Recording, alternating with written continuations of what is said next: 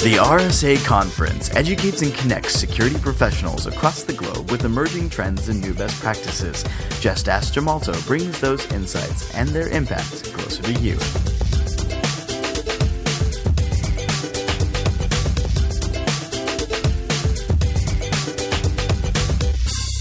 In 2010, we've seen the growth of a lot of different kinds of threats. Our threats have gone from these more generalized, wide, thin threats that try and hit lots of systems to try and, you go after 1 million systems, you have a 1% rate, you have a pretty good return. But in the last year, we've gone from that kind of attack to an attack that's much more focused and much more complex.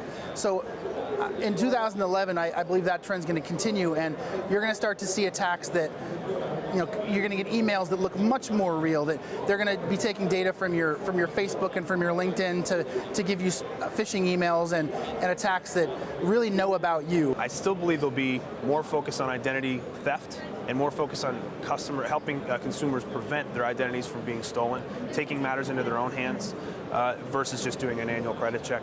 And I'd like to see more technology pushed into those consumer devices like phones to help protect themselves. They can take it into their own hands and protect themselves.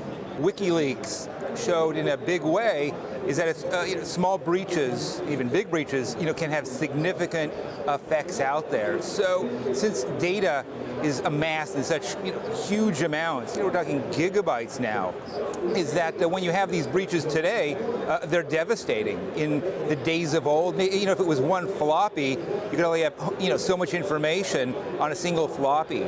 Here at the show, some of the vendors are giving away their product data on free USB thumb drives. 2 gigabytes of information. So with that compression of data storage and the expansion on bandwidth, it makes breaches much easier, much quicker, and much more devastating.